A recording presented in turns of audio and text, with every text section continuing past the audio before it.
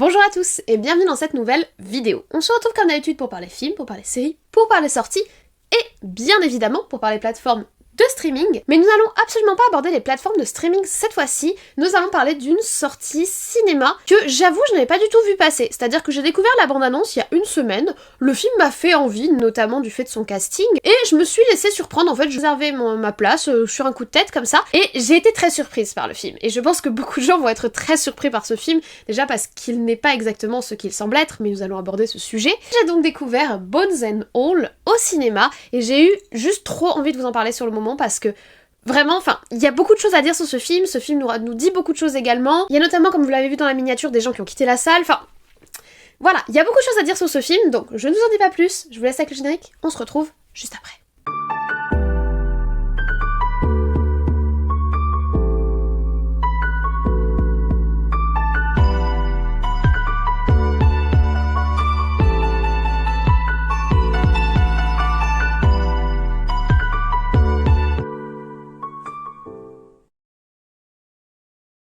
Alors, Bones and All, donc des os et tout le reste, pour sa traduction française, est un film qui dure 2h10, donc c'est quand même un beau bébé, qui est sorti ce 23 novembre 2022 dans nos salles, et qui est officiellement de type romance, drame, et personnellement je rajouterais horreur, voire gore, vous allez voir pourquoi. À la réalisation de ce film, nous avons Lucas Guadagnino, j'espère que je prononce bien son nom, qui est un réalisateur, scénariste et producteur italien qui a fait ses preuves notamment en 2017 avec le très connu film Call Me By Your Name, qui avait vraiment fait parler de lui, c'est une romance assez douce, assez engagée, etc. Et c'est un très beau film. Un an après ce succès, il avait réalisé le film Suspiria, un film d'horreur très étrange, assez étonnant, assez détonnant également. Je vous le recommande si vous aimez le genre horrifique un petit peu contemporain. Il y a Tilda Swinton dedans, il y a Chloé Grace Moretz, donc deux actrices dont on a parlé récemment puisque Tilda Swinton, on en a parlé quand on a parlé du Top sur la neige. Chloé Grace Moretz, en ce moment on la suit dans la série Peripheral tous les dimanches, donc ces deux actrices qui sont très intéressantes et dans ce film elles ont vraiment des rôles, enfin, c'est un film qui est intriguant en fait. Avant ces deux réalisations qui l'ont vraiment fait connaître sur la scène internationale, il travaillait notamment de façon un peu plus intime pour le cercle du cinéma italien et il s'était fait remarquer en 2009 pour le film Amor, ou Amore, j'imagine avec l'accent italien. Et il nous revient donc en 2022 pour ce Bones and All qui a notamment obtenu le Lion d'argent à la Mostra de Venise. Et c'est pas la seule récompense qu'a eu le film puisque l'actrice a également reçu un prix du plus jeune espoir féminin je crois. En tout cas c'est un film qui s'est fait remarquer au Festival de Venise. Parlons du coup du casting. Nous avons tout d'abord en tête d'affiche internationale Timothée Chalamet. Timothée Chalamet c'est un acteur qui s'est vraiment fait un nom aujourd'hui. L'année dernière on en a parlé puisqu'il était dans le film Dune. Il était également dans le fameux Call Me By Your Name du même réalisateur en 2017, dans un film que j'adore qui est le film Interstellar de 2014 de Christopher Nolan, et aussi dans Don't Look Up de 2021, donc qui est sorti l'année dernière, sur Netflix, que j'avais beaucoup apprécié, qui est une satire sociale très piquante et dont on a reparlé d'ailleurs dans ma dernière vidéo sur le menu. Il partage l'affiche avec Taylor Russell, c'est donc elle qui a obtenu le prix du jeune espoir féminin à la Mostra de Venise. Taylor Russell, elle, c'est une actrice qui est en train de monter, c'est-à-dire qu'elle est en pleine progression dans sa carrière. Elle était dans la série sur Netflix Perdue dans l'espace dont on avait parlé, qui a commencé en 2018, qui a fini en 2021. C'est une série en 3 saisons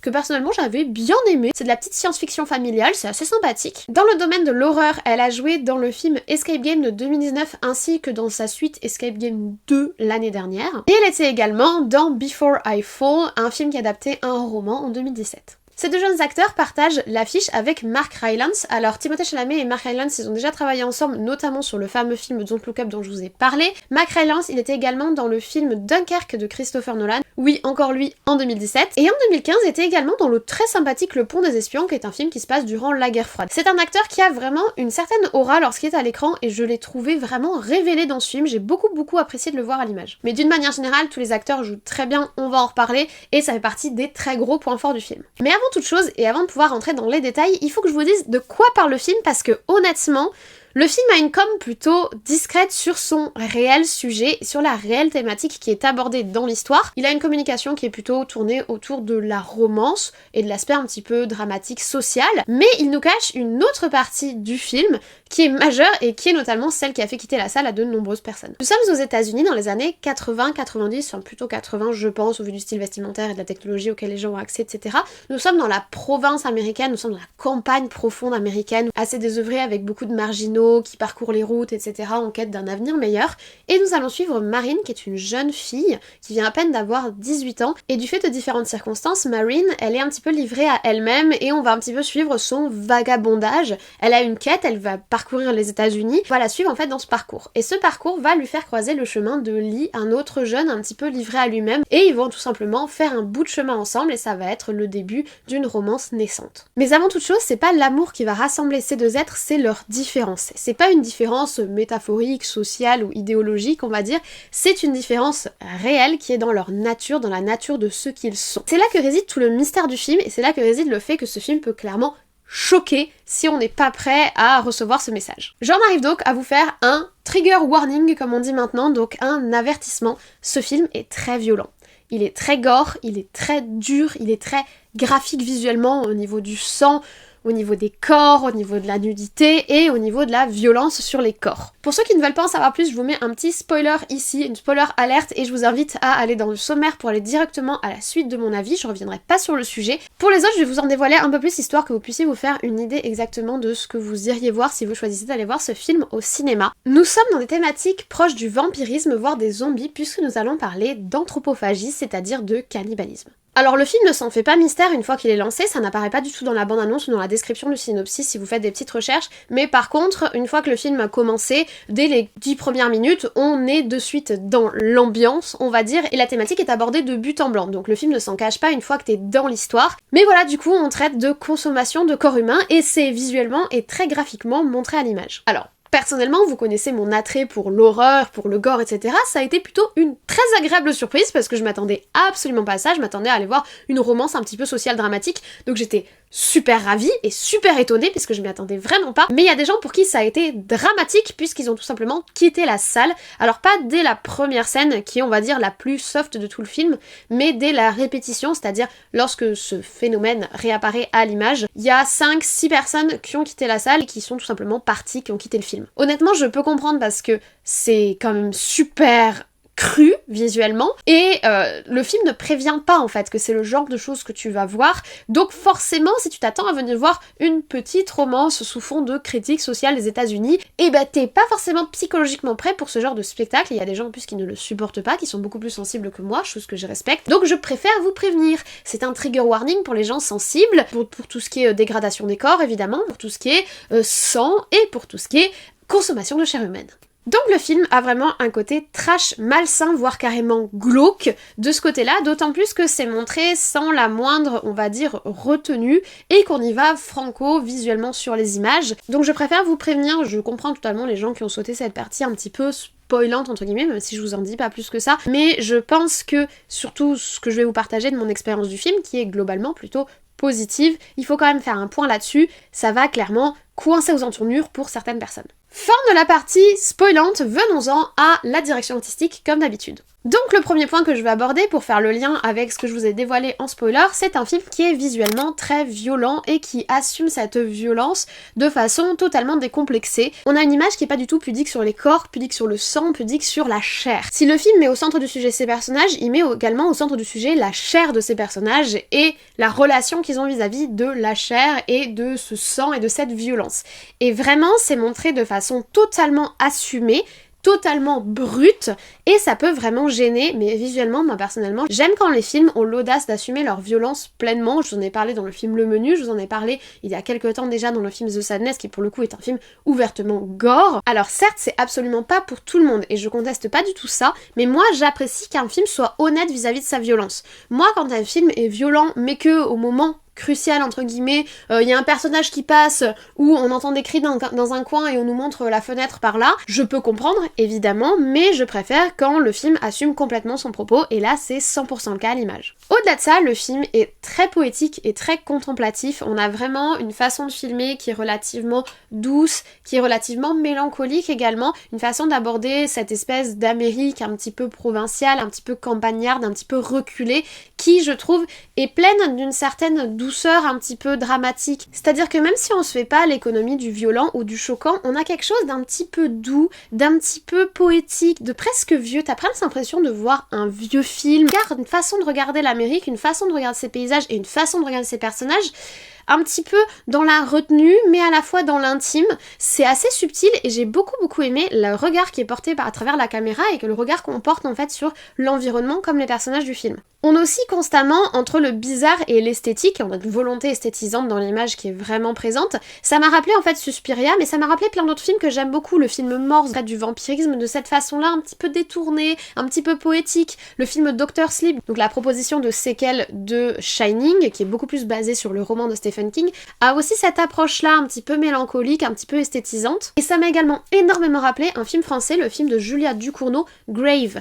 Vous voyez ce film qui abordait de façon détournée une thématique très violente et très dure, mais en y portant une énorme esthétique qui est très présente. Tous les passages qui sont des espèces de passages de road trip, un petit peu voyage initiatique, puisqu'on suit quand même deux adolescents qui sont en train de vivre un amour naissant, etc. Donc il y a cet aspect très voyage initiatique. Tous ces passages-là m'ont fait penser à cette Amérique profonde, l'Amérique du Country Road, de John Denver, vous voyez, ou l'Amérique de Johnny Cash, We'll Meet Again de Johnny Cash. Enfin, voilà, moi j'ai vraiment ce feeling-là que j'ai dans certaines musiques américaines que j'aime beaucoup et que j'ai dans certains films qui posent ce regard-là sur l'Amérique.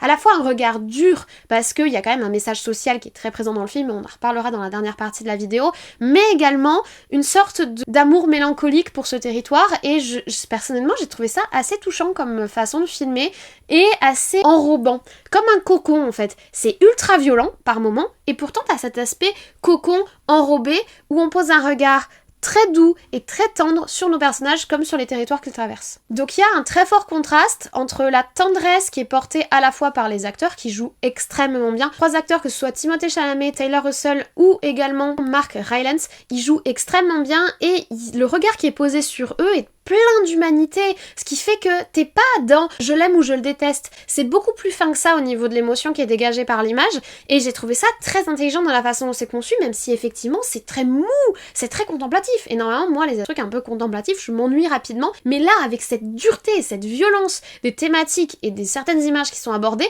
je trouve que le contraste est saisissant, et effectivement, il peut être un peu obsédant. Il y a quelque chose de bizarre qui est très absorbant dans ce film, je trouve, et ça vient de cet équilibre super intelligent qu'il y a entre cette profonde tendresse, cette grande lenteur et cette grande violence. Au niveau de l'accompagnement musical, de la bande sonore et de la VO, puisque j'ai vu le film en version originale, alors au niveau de l'accompagnement musical, j'ai été un peu déçue. Les musiques sont pas très présentes, il y en a, mais elles apportent pas grand chose en fait. Elles participent pas vraiment à l'action, elles participent pas vraiment à la construction rythmique du film. Elles sont là pour être là parce qu'il faut un background musical, et d'ailleurs la majorité du temps il y a juste pas de fond musical, il y a le fond sonore, et le fond sonore est très bon. Vraiment des moments où on va être centré sur un personnage et on entend en fond sonore ce qui se passe dans la pièce d'à côté, ou ce qui se passe, ce que le personnage est en train de regarder, nous on ne l'entend qu'en fond. Ces moments-là sont très intéressants parce qu'on a la réaction de la personne qui est comme nous, qui est en train d'écouter la scène, et on vit la scène à travers ses yeux, les yeux du personnage. J'ai trouvé ça très intelligent. L'accompagnement sonore est intéressant, le vent, le côté road trip, la route, etc. Mais la musique est assez transparente et pas vraiment présente honnêtement. Et je trouve ça dommage parce que apparemment, d'après l'histoire qu'on nous raconte, la musique tient une place dans la relation que va développer Lee avec Marine, et il nous en parle à un certain moment dans le film, et au moment où il t'en parle, t'es en mode « Ah, c'était 2 secondes dans le film, pourquoi vous êtes pas allé plus avant ?» Parce que je pense que, comme je vous ai dit, moi ça me fait penser à plein de musiques très Amérique profonde que j'aime beaucoup, et je trouve qu'ils auraient pu développer de ce côté-là. Maintenant, c'est pas l'esthétique qu'ils ont choisi pour la musique, et j'ai vraiment l'impression que l'image a pris le pas sur la bande originale. Et concernant la VO, donc j'ai beaucoup apprécié la VO parce que j'aime beaucoup la voix originale, la vraie voix de Timothée Chalamet. Je trouve qu'elle lui va beaucoup mieux que son doubleur, qui est par ailleurs très talentueux.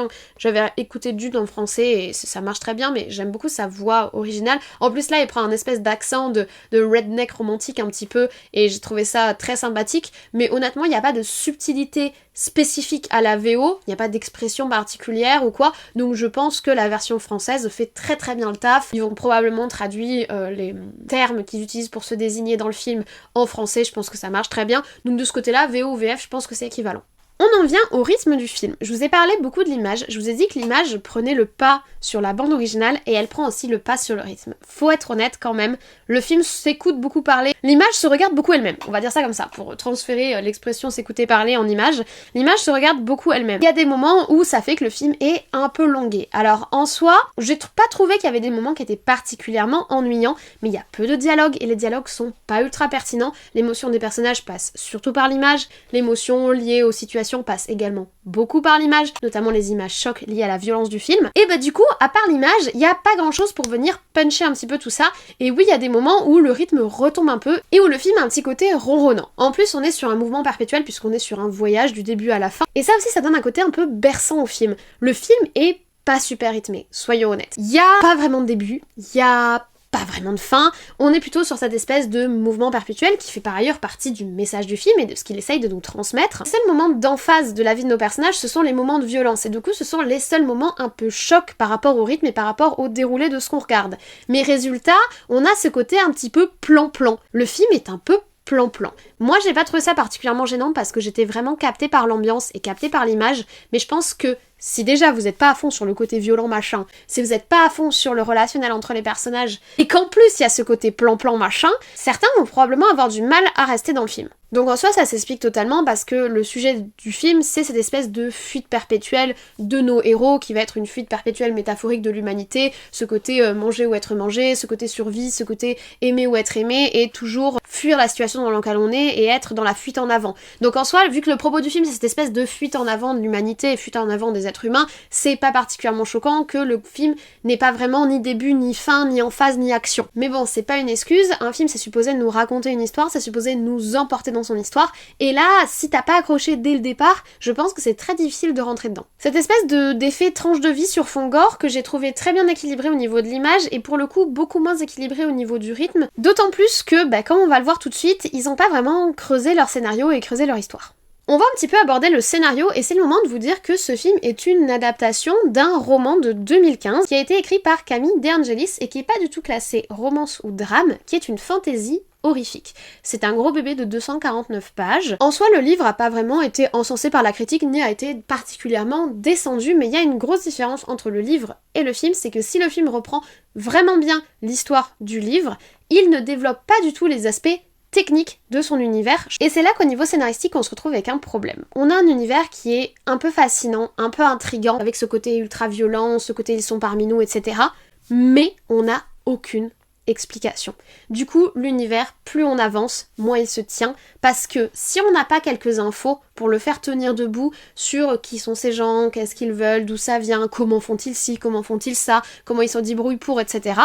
Et du coup, plus on avance, plus c'est un petit peu vaseux au niveau des fondations du film. À mon avis, le réalisateur a énormément basé son histoire sur l'émotivité visuelle, que ce soit le choc ou l'aspect romance qui est développé et qu'il a cherché à développer dans l'esthétique de son film, et c'est super abouti au niveau esthétique, mais il n'a pas assez construit son scénar. Et là je vais faire un parallèle avec le film Dr. Sleep parce que je trouve que c'est deux films qui se ressemblent, mais le film Dr. Sleep, même si il a quand même un scénario très obscur, et en plus c'est le séquel de Shining, tout en donnant une autre orientation, en étant plus sur le roman de Stephen King, plus basé sur les fondamentaux de l'histoire à la base, le film Dr. Sleep nous donne des clés de lecture, nous donne des clés d'information, nous donne des clés d'explication pour comprendre cette espèce d'univers qui ressemble au nôtre, mais avec ces personnes étranges qu'on retrouve dans Dr. Sleep. Mais à l'inverse, ce film Bones and All ne nous donne aucune clé de compréhension et ne répond à aucune de nos questions. Vous allez passer tout le film avec vos questions et vous allez finir le film avec vos questions. Alors effectivement, sur l'affiche, ils ont écrit « Ce film va vous obséder ». Visuellement, oui, je le trouve très obsédant, mais il va aussi vous obséder parce que personne répond à vos questions. Et ça, c'est quand même frustrant. Je dirais pas que c'est 100% un point noir, parce que pour être parfaitement honnête avec vous, ça m'a pas tant gêné que ça. C'est-à-dire que je suis restée avec mes questions et je me les pose encore, et je pense que j'aurai pas de réponse sauf si je lis le roman. Du coup, ça m'a donné envie de lire le roman, mais ça c'est une autre histoire. Ça m'a pas particulièrement gênée parce que j'ai été emportée par l'ambiance. Mais là encore, si vous êtes pas entré dans l'ambiance, si l'image ne vous a pas emporté et si l'aspect hyper trash et hyper visuel ne vous a pas emporté, ou l'aspect hyper émotionnel des personnages, le rythme est un peu mou, y a pas trop d'explications, l'univers a pas de base solide, aïe aïe aïe, ça va commencer à coincer. Et c'est là qu'on en arrive à notre film. Quel est donc le but de ce film? Qu'est-ce qu'il essaye de nous dire? Il essaye pas vraiment de nous parler à travers son scénario, il essaie de nous parler visuellement et il essaie de nous parler au niveau de l'ambiance qu'il dégage. Mais qu'est-ce qu'il essaye de nous dire au final? Moi je l'ai vraiment vécu comme une espèce de fable très sombre à la sauce un petit peu les frères Grimm. Vous savez, les frères Grimm, ce sont ces contes très sombres et très durs qui ont inspiré ensuite les histoires un peu plus romancées et un petit peu plus arc-en-ciel et papillons qu'on a eu ensuite à travers Disney, etc. Comme ces fables à l'ancienne qui ont un aspect très métaphorique dans ce qu'elles nous communiquent, qui utilisent les ogres, les loups-garous, les vampires pour en fait nous transmettre des messages sur la nature humaine. Et moi j'ai vraiment perçu le film comme ça. Il y a vraiment ce côté que je vous ai déjà dit, manger ou être mangé, donc cet aspect de survie, aimer ou être aimé, cet aspect de donnant un petit peu malsain, et cet aspect de compétition et de survie où en fait les gens se bouffent entre eux, soit littéralement, soit métaphoriquement. Il y a tout un regard sur l'humain et sa nature destructrice, mais pas du tout volontaire. Ils sont constamment dans le regret. Et ça, je trouve que j'ai trouvé ça vraiment profond, et personnellement, ça m'a beaucoup touchée comme propos, parce que on peut vraiment aller beaucoup plus loin dans la réflexion autour de ce que porte le film, et en ça m'a fait beaucoup penser à l'autre film du réalisateur, Suspiria, qui a plein d'échelles de lecture. Donc personnellement, je me suis beaucoup identifiée aux personnages, et à leur côté, ni bon ni mauvais, oscillant entre le bien et le mal, oscillant entre la souffrance morale de ce qu'ils commettent et l'envie de survivre et l'envie de vivre et d'avoir eux aussi leur chance. J'ai trouvé ça très humain comme façon de voir le monde. J'ai apprécié leur romance parce que là encore elle est très imparfaite, mais elle est très belle. Et j'ai aimé le fait que ce soit un voyage initiatique en fait particulièrement cynique. Au cinéma et dans les histoires, dans les livres, on voit souvent des voyages initiatiques qui permettent la réalisation du héros, et là au contraire c'est un voyage initiatique qui est particulièrement cynique et particulièrement dur dans ses conclusions, mais j'ai trouvé ça bien. Un aspect ultra mélancolique et très sombre, très noir dans la façon de voir les gens, de voir le monde, de voir la société, et dans la métaphore qui nous est proposée, c'est loin d'être positif. C'est pas le monde il est beau, il est gentil, vous inquiétez pas, ça ira mieux demain. Absolument pas. On a plutôt quelque chose qui oscille constamment entre le bien et le mal et qui remet même en cause complètement cette moralité, mais moi j'ai beaucoup apprécié. Après voilà, ce sont mes goûts personnels et évidemment ce sera pas le cas pour tout le monde. Du coup, si je fais le bilan, je vais me répéter, c'est pas pour tout le monde, que ce soit visuellement, parce que trigger warning, attention, pour les personnes sensibles à la violence et à la dégradation des corps, c'est pas pour vous, parce que vraiment, c'est visuel, c'est graphique, c'est cru et c'est présent. Mais c'est quand même très bien mis en image, on a une image qui est quand même ultra travaillée, un film qui est très esthétique, un très bon acting, les acteurs sont tous très bons, et j'ai vraiment trouvé qu'il y avait une justesse dans le jeu, une justesse dans les émotions, qui m'ont vraiment touchée, et d'une manière générale, le film m'a vraiment touchée, dans son propos, dans sa romance, que j'ai trouvé très douce, et j'ai trouvé ça hyper vrai, dur mais vrai, et ça m'a beaucoup plu. Maintenant, je pense très sincèrement que le film va avoir beaucoup de mal à trouver son public. On est sur un film qui est pas vraiment horrifique, mais qui en a les codes, repris les codes du gore, mais sans tomber dans la peur en fait, sans tomber dans l'horreur. On n'est pas sur un film d'horreur, mais on a des codes du gore qui sont très visuels et très présents. On a un film de romance, mais qui est pas du tout dans les codes de la romance classique, qui évoque l'amour, mais pas dans les codes de la romance classique. On a un film, une sorte de drame social, mais qui va être ponctué de cette ultra-violence qui est pas du tout habituelle. En tout cas, la violence sociale est habituelle, mais pas la violence visuelle graphique sur les corps, qui est pas forcément habituelle des films de drames sociaux. Donc c'est un film qui a un peu, si vous me passez l'expression, les fesses entre plusieurs chaises, et qui choisit pas son camp. Moi j'adore, j'aime vraiment quand les films essayent de proposer quelque chose à la croisée des chemins, mais du coup je pense que le film va vraiment avoir du mal à trouver son public, et que surtout il va avoir une réception très mitigée en fonction des gens. Déjà de par la violence, mais aussi de par la lenteur, de par la poésie et l'aspect ultra métaphorique du propos. Je suis pas certaine que ce soit un film qui va particulièrement plaire. Par contre, c'est sûr que c'est un film qui est audacieux, qui est dérangeant, qui est glauque, qui est malsain, mais qui est super intéressant. Donc plutôt que nous dire que c'est une romance dramatique, je pense personnellement que je dirais que c'est un drame noir ou un drame social plutôt noir, ou pas horrifique mais gore. Je pense qu'on peut assumer la terminologie de gore pour ce film. Et en cette fin d'avis, je vous dis que pour moi ça a été franchement un petit coup de cœur. J'y ai repensé depuis que je l'ai vu, j'ai beaucoup pensé à ce que j'allais vous dire dessus, j'y ai réfléchi et j'aime être hantée par un film. Alors c'est pas un film qui est facile, c'est un film qui est dur, mais je trouvais que cette ambiguïté, cette noirceur et à la fois cette poésie, c'était une très belle alliance. Et honnêtement, cette semaine encore, j'ai un petit coup de cœur et je suis contente parce que je suis sur une très belle semaine de cinéma avec des propositions super originales et super différentes et ça fait très plaisir. Donc ce film n'est pas pour tout le monde, mais si vous pensez qu'il peut vous correspondre, honnêtement, laissez-lui sa chance. Voilà, je vous remercie d'avoir suivi cette vidéo sur Bones and All jusqu'au bout. Je ne vais pas vous embêter plus parce que je me doute qu'elle était déjà très longue, mais j'avais vraiment envie de vous transmettre mon ressenti vis-à-vis de ce film parce qu'on est vraiment principalement sur du ressenti. Je pense que c'est un film qui vise vraiment à nous faire ressentir des choses, à nous choquer, à nous secouer, à nous émotionnaliser, à nous faire ressentir des émotions, je perds mes mots. Du coup, c'était beaucoup dans le ressenti, mais j'espère avoir pu vous transmettre toute l'ambiguïté et toute l'originalité de la proposition de ce film. Si vous avez aimé cette vidéo, n'hésitez pas à mettre un petit like et à laisser un commentaire pour me soutenir dans ce que je fais, tout simplement. Si le film vous intrigue, n'hésitez pas à me le dire. Si au contraire, je vous ai plutôt désarçonné, que vous pensez que vous n'irez pas le voir, dites-le moi aussi, ça m'intéresse de savoir un petit peu quel genre de public va pouvoir attirer ce film qui est assez différents. Je vous laisse vous abonner juste en dessous si ce n'est pas encore le cas, si vous voulez voir d'autres vidéos de ce type et activer la cloche pour être prévenu des posts communautaires, des shorts et des autres vidéos.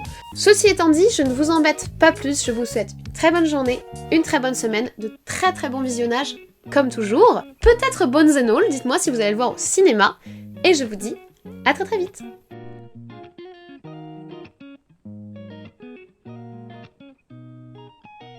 Allez, push.